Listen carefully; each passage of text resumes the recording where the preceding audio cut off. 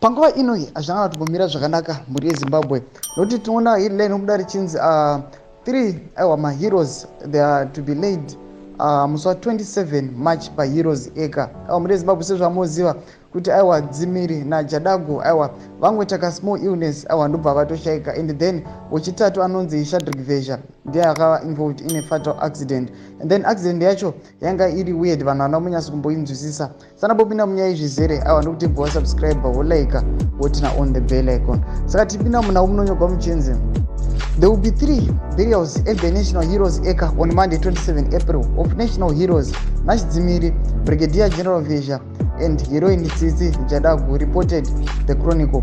Dzimiri and Jadagu both died after short illness, while Brigadier General Vesha died in a road traffic accident together with 2 Zimbabwe Defense Forces ZDF Major and a Sergeant. Saka ndo zviri kuda tagwana zvinzi vatatu ava vachanochengetwa musi wa27 April iri Monday. Saka mhuri yeZimbabwe chimbotudze mafungiro enyu munoti kudii pamusoro penhau iyi. Inhau inosivisa kwazvo, asi vanhu vazhinji vanotora nemaonero akasiyana. Vamwe vanenge vachiti maZanu PF vaakupedzana, vamwe vanenge vachingoziva kuti kufa ingori munguva yaMwari. Saka mhuri yeZimbabwe chimbotudze mafungiro enyu munoti kudii pamusoro penhau iyi. Pinda mucomment section medu mutudze mafungiro enyu, musangano subscribe like chinotina on the bell icon.